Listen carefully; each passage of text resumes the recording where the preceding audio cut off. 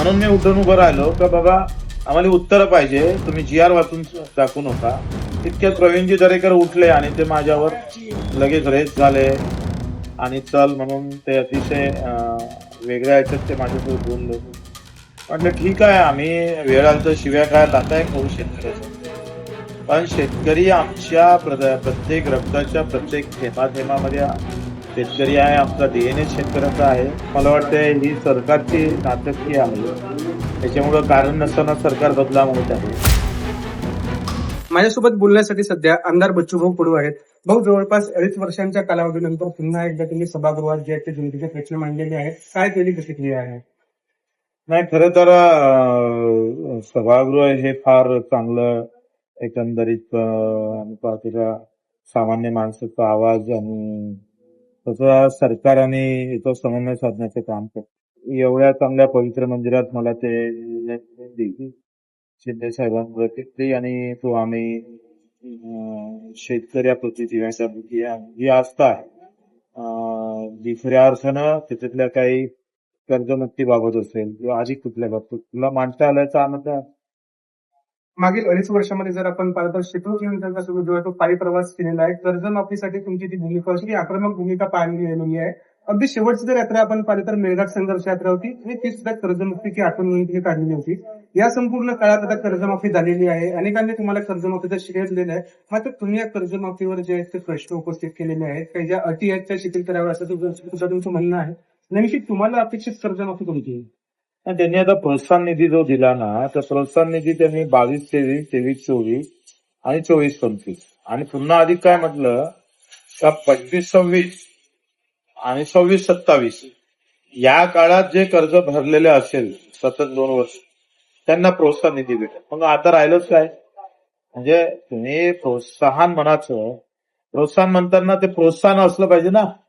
ते सगळं असं अटीतटीचं मार कटकट करून न देता त्याचं एकलाच केलं पाहिजे आणि हे जे शर्त लावलेले आहे त्या त्यांनी कमी केल्या पाहिजे. हो, नेमक्या काय शर्ती आहेत? कारण 2017 आणि 19 मधला जो 5वा शेतकरी होता त्याला सुद्धा आता कर्जमाफी मिळेल की काय, नेमकं काय प्रक्रिया आहे? त्यांनी आता असं म्हटलेलं आहे, त्या दिवशी त्यांनी कॅबिनेटमध्ये निर्णय घेतला होता. आपण पत्रकार परिषद नंतर जी मागणी केली होती का जो 15-16 17 सुटलेला आहे, 17-18 ते 19 पर्यंत हा सुटलेला जो शेतकरी आहे त्याला सुद्धा ते कर्जमाफी देणार आहे. हे तर स्पष्ट झालं. जे महात्मा फुले योजनेअंतर्गत सुटलेला शेतकरी आता येणार, त्याच्यानं एक हा चांगला दिलासा भेटेल. दुसरं आपण जे म्हटलं होतं का मागच्या महात्मा फुलेमध्ये ज्यांना कर्जमाफी झाली परंतु ते पुन्हा कर्जबाजारी झाले, त्यांना आपण 50,000 देत होतो. तर ते म्हणणं असं आहे का तुम्ही जर एखाद्याला 2 लाख कर्ज आहे, सरासरी 1 किंवा 1.5 लाख कर्ज असतं. आता 50,000 माफ होण्यासाठी तो 2 लाख 1.5 लाख तर भरणार नाही.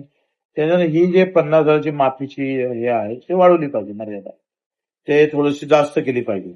तिसरं असं आहे का महात्मा फुले आणि शिवाजी महाराज या कर्जमाफीमध्ये जे लोक पात्र असून त्यांचा निधी आला नाही, प्रोत्साहन निधी आला नाही, त्याचा कर्जाचा निधी आला नाही बँकेत, त्याच्यामुळे ते रेकॉर्डवर यादीमध्ये माफीच आहे आणि रेकॉर्डवर मात्र ते कर्जबाजारी आहे. त्यांना ना कर्ज घेतायत ना त्यांना माफी होत, अशा मधात ते अटकलेले आहेत. त्यांच्यासाठी काय 5-7 हजार कोटी लागेल, तो लगेच तरतूद दिली पाहिजे, त्यांना ते निधी प्राप्त करून दिला पाहिजे. यासह आमचं असं म्हणणं होतं का आपण हमीभावाची तफावत देत नाहीये, कारण हमीभावाची शिफारस आणि जाहीर केलेले भाव केंद्र सरकारनं याच्यात जो मधातली तफावत आहे प्रचंड जास्त आहे. त्याच्यामुळे जेथपर्यंत हे होत नाही तोपर्यंत प्रोत्साहन निधी हा दरवर्षी कसा देता येईल हा विचार करणं गरजेचं आहे. दुसरी गोष्ट का 96 ते 26 पर्यंत जे काय आता थकीत आहे कित्येक वर्षापासून याची एकखट्टे तरतूद 80,000 कोटी करायची आणि पुढील 3 ते 4 वर्षात त्याचं वितरण करायचं, ही आमची मागणी होती. हो, आपण जर आज पाहण्यात गेलं तर त्यांनी आक्रमकतेने जे तुमचे मुद्दे आहेत ते सभागृहात मांडलेले आहेत. सहकार मंत्र्यांना प्रश्न विचारत असताना तुमचं आणि प्रवीण दारेकरांचं नेमकं काय झालं? तुमच्या सभागृहातील जी उपस्थिती आहे ती सहकारी पक्षांना खटकते? नाही, मला असं वाटतं का आखरी मला उत्तर आलंच नाही सहकार मंत्र्यात. सभापतीला निर्देश द्यावे लागले तर तुम्ही मीटिंग तरी लावा यांच्या संदर्भात.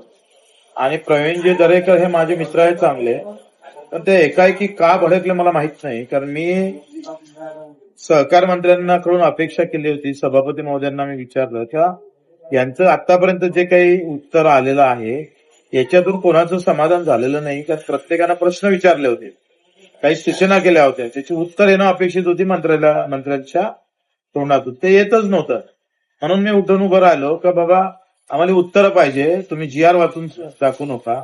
तितक्यात प्रवीणजी दरेकर उठले आणि ते माझ्यावर लगेच रेस झाले आणि चल म्हणून ते अतिशय वेगळ्या ह्याच्यात ते माझ्यासोबत बोललो. म्हटलं ठीक आहे, आम्ही वेळ आली तर शिव्या खायला लातायक होऊ शेतकऱ्याचं, पण शेतकरी आमच्या प्रत्येक रक्ताच्या प्रत्येक थेंबाथेंबामध्ये शेतकरी आहे, आमचा डीएनए शेतकऱ्याचा आहे. त्याच्यानं आम्ही शेतकरी, मजूर, वंचित घटक जो आहे, दिव्यांग आहे, यांना आम्ही सोडणार नाही. वेळ आला तर लागण तेवढं अपमान सहन करायला तयार राहू. आणि मग मी पुन्हा बोललो, पण तरी मंत्री महोदयांना उत्तरच देऊ शकले. उलट मला वाटतं ही सरकारची नाचक्की आहे, त्याच्यामुळं कारण नसताना सरकार बदलाव होत आहे. उलट हे उत्तर आले असते तर सरकारचे एकूण स्पष्टीकरण झालं असतं, तर कदाचित एक चांगली प्रतिमा सरकारची भेटली असते. एवढी मोठी कर्जमाफी करून थोड्या थोड्या गोष्टीची सरकार बदनाम केल्यापेक्षा त्याला खरं तर भूमिका घेणं फार महत्वाचे आहे.